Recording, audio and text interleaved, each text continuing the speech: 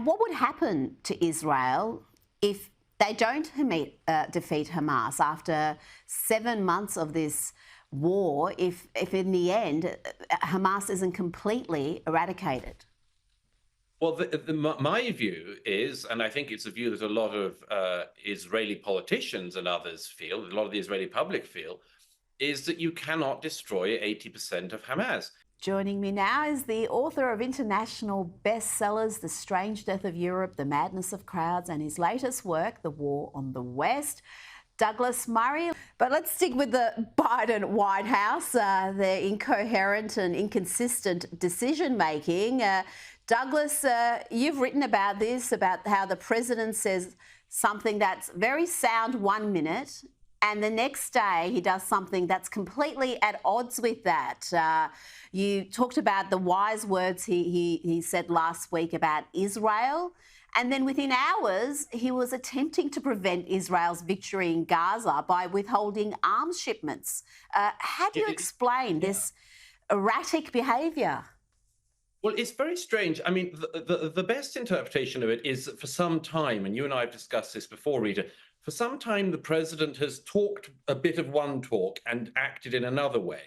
Now, for those of us who want Israel to win in Gaza against Hamas, sometimes, you know, that's the rhetoric has been unpleasant, but the actions have been supportive. So, for instance, at various times, President Biden, we presume, has sent out, for instance, Chuck Schumer to be critical of the Israeli reaction. Occasionally, Joe Biden has been critical himself, but he's done that in order, it seems, to placate a bit of the base in his own party, keep the students from going bananas all the time on campus, and hope to get in November, whilst at the same time supporting America's ally, Israel.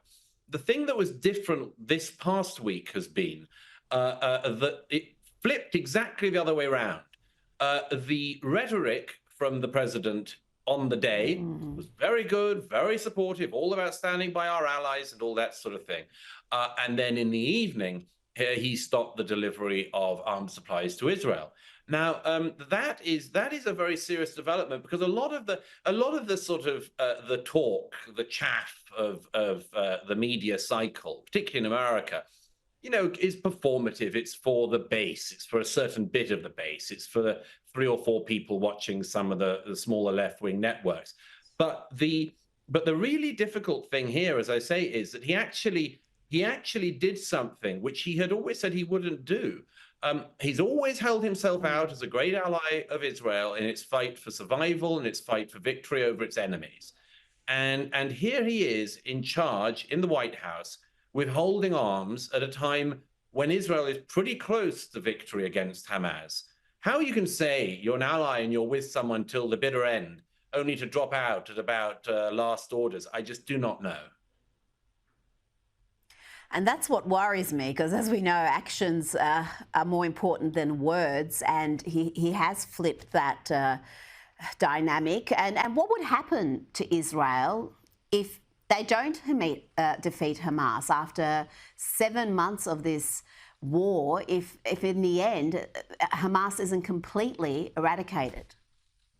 Well, my view is, and I think it's a view that a lot of Israeli politicians and others feel, a lot of the Israeli public feel, is that you cannot destroy 80% of Hamas. You cannot leave them in, you cannot take them out of Gaza City, and you cannot take them out of a set of other towns and so on, and leave them intact in Rafah. And Rafah is reckoned to be not just where the remaining Israeli hostages are held, hostages who the rest of the world seems to have forgotten about, but the Israeli people quite rightly haven't. And there's no point in leaving that there and leaving those people there and leaving the heads of Hamas, including, it seems, Sinwar, the mastermind of the 7th, in Rafah. All it means is like putting out 80% of the fire, that the Israelis will withdraw from Gaza, and Hamas will grow back, will continue to subjugate the Palestinian population in Gaza, will continue to enrich themselves, and will prepare for the next attack against Israel. And my prediction is that these, every other year wars that Hamas has been provoking since it took control of the Gaza would just go on in that scenario. I think it is much better for the Israeli public, and indeed for the Palestinian public in Gaza, that Hamas are done for, that it's over, and that other partners in the region can help in whatever way they can to rebuild the society there. It is not going to be an easy job, but it will be infinitely harder if Hamas still have any kind of a stronghold. So preventing Israeli victory, once again, would lead only to another set of cycles of conflict. And I don't think that's desirable. No, it's not desirable for either party, as you explained. One thing we have seen in Israel, though, is the willingness of its people to fight for the country. Young people are willing to risk their lives to defend their country. That's not a sentiment that is shared in the West. In the UK, only a quarter of young people, 27%, said they were willing to be enlisted to defend their country. And one doesn't, I guess, Douglas, seek to protect what one doesn't value. And there's certainly a deep sense of self-loathing among many young people for their own country, whether we're talking about the UK, the US, or right here in Australia. What can be done to combat that? I feel that's such a destructive force with all sorts of long-term dangers.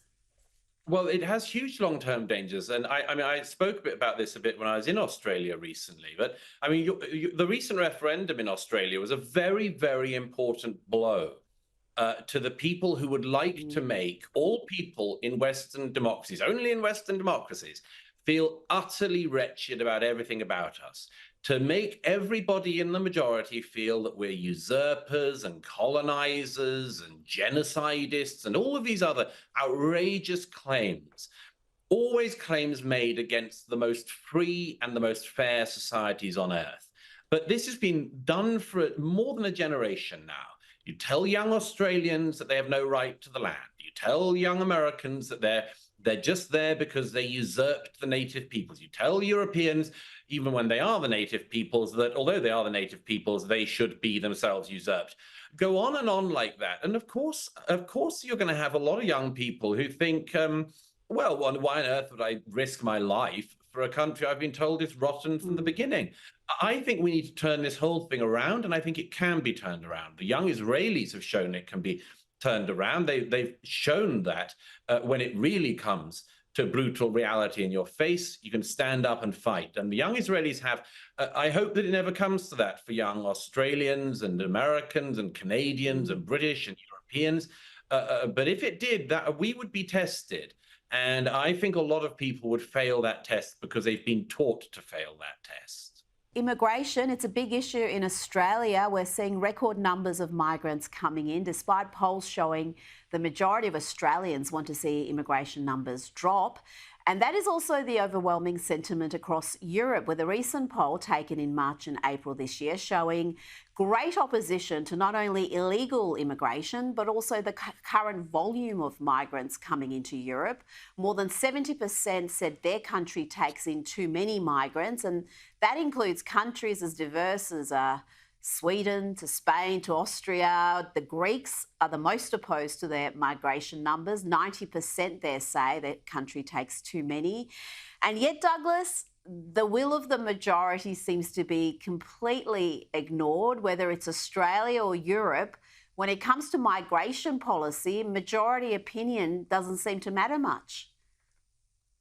Absolutely, Rita. And these latest findings in Australia and across Europe are replicated, of course, in America. I mean, most people in the developed world, most people in the countries that people want to come to, are aware that we just can't take in all of the people who would like to come to our countries. I mean, Australia is in a much better position societally, financially, socially, and much more than most countries in the region. And it's the same with Europe. Europe's freer, more prosperous, infinitely more prosperous, even at the lowest rung of the ladder than most of the countries that people come to there from. And it's the same with America, with Central America and Southern America. And so the publics know this.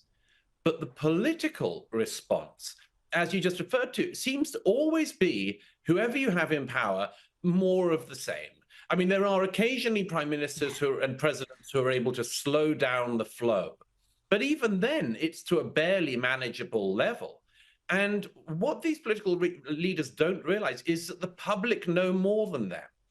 We, the public, sense in the decline in trust, in the decline in safety, in all sorts of things. We sense what the changes are that happen, not when migration happens, but when too much migration happens too fast and often of the wrong kind.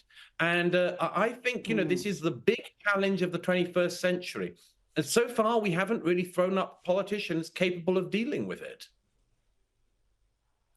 And it seems those who scream the loudest about threats to democracy are very silent when it comes to the will of the majority here being ignored. In fact, they seem to be doing a lot to obstruct the will of the majority. They have. Then we've had this poison in academia and elsewhere for decades. So I'm glad you believe it can be turned around. I do have my doubts. Now, before you go, I've got to ask you about this ongoing sham trial of former President Donald Trump. It's continuing in Manhattan. We've had Stormy Daniels testify. Much of her testimony, salacious details that are completely irrelevant to the case.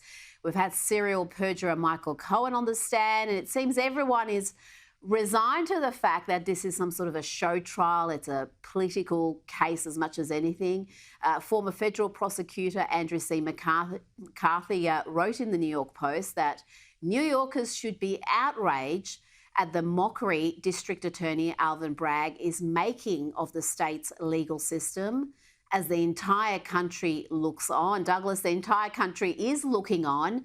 But whatever the Democrats are trying to achieve here seems to be backfiring because the polls are pretty clear. Trump is increasing his lead, particularly in those crucial swing states. Yeah, it's an extraordinary miscalculation by Democrat prosecutors and others. As you say, as these trials go on, Trump's lead seems to strengthen.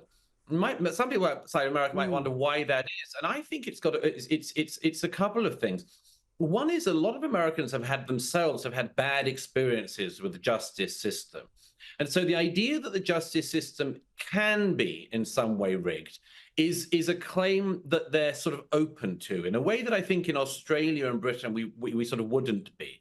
But the second is that you see people like DA Bragg effectively putting on a trial in search of a crime, and that's what this trial has been. It's a trial in search of a crime, and Stormy Daniels took the stand not because she had anything new to say, although she did actually contradict previous testimony she'd given, but because, of course, it was meant to humiliate Donald Trump. There were salacious details.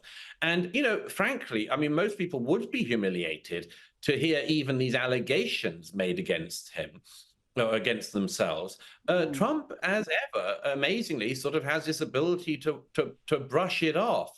If I were the Democrats and others, I would start to be worrying about this whole tactic of let's take him out by judicial means. There's all sorts of criticisms that can be made in every direction here. But the ultimate issue in America is the people. The people get to decide. They get to decide who to vote for and eventually who they do vote for. It's not up to DA Bragg. It's not up to anyone else. It's up to the American public. And they may yet surprise the world. Well, I think that's what the Democrats are scared of. They don't want the American public to decide. And I think they were counting on a criminal conviction sealing the deal. But I don't think even if that eventuates, it's going to make a difference. Douglas Murray, thank you so much for your time this evening. Great pleasure as always. Thank you.